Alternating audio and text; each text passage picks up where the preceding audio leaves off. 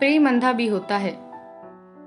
एक लड़का था, वह काफी गरीब था। उसके पास ना तो कुछ खाने को था और ना ही रहने को घर था। वह अपने दोस्त के घर रहा करता था। उसने एक छोटी सी कंपनी में पेंटिंग का काम करना शुरू कर दिया। धीरे धीरे उसके पास काफी पैसे भी हो गए। बाद में वह काफी धनी भी हो गया, लेकिन अभी भी उसके अंदर कुछ कमी का एहसास होता था। जब वह छोटा था तभी उसके माता पिता इस दुनिया से चले गए थे। उसने कभी प्रेम को नहीं जाना था। एक दिन जब वह अपने किसी काम से बाहर गया था तो उसे एक लड़की दिखी जो कि काफी अच्छी और खूबसूरत थी। उसको देखते ही इस लड़की को उस लड़के से प्रेम हो गया। वह काफी देर तक उस लड़के को देखती रही। कुछ देर बाद वह लड़की वहां से चली गई। कुछ दिनों तक यह लड़का उस लड़की को खोजता रहा, लेकिन वह लड़की ना मिली। लेकिन नियति ने उस लड़की से इस लड़की को मिला दिया। वह लड़की इस लड़के के घर काम की तलाश में आई थी। लड़के ने लड़की को तुरंत घर के काम के लिए रख लिया।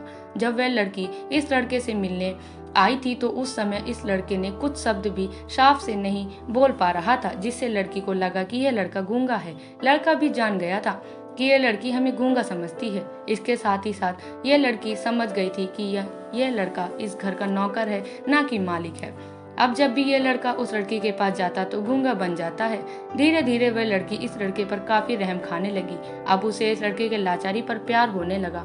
लेकिन फिर वह लड़की एक बात से डरकर पीछे हट जाती थी। इस लड़के के भी माता पिता बचपन में ही मर चुके थे।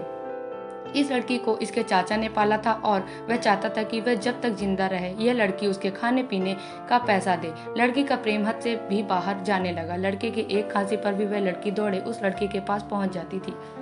अब लड़का भी समझ गया कि इस लड़की को मुझसे प्रेम हो गया है। लड़का भी बहुत ज्यादा उस लड़की से प्रेम करता था। उसने पहले लड़की के बारे में सब कुछ पता किया।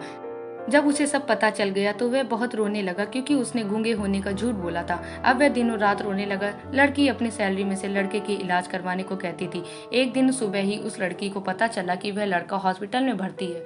वह दौड़ते हुए जब हॉस्पिटल में पहुंची तो उसने देखा कि लड़का बेड पर बेहोश पड़ा है। उसके आसपास काफी मशीन लगी हुई थी।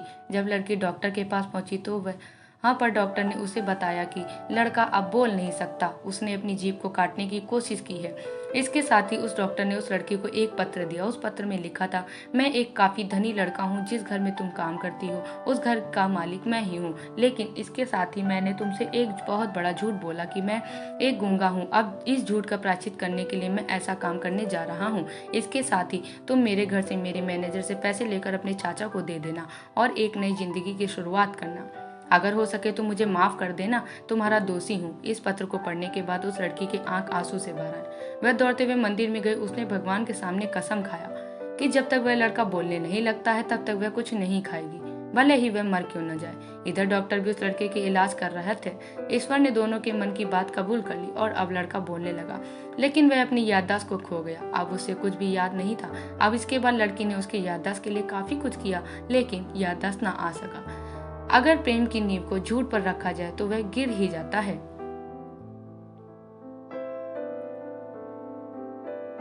उम्मीद करती हूँ आपको ये कहानी पसंद आई होगी। अगर पसंद आई हो तो लाइक, शेयर और मेरे चैनल को सब्सक्राइब जरूर करिएगा।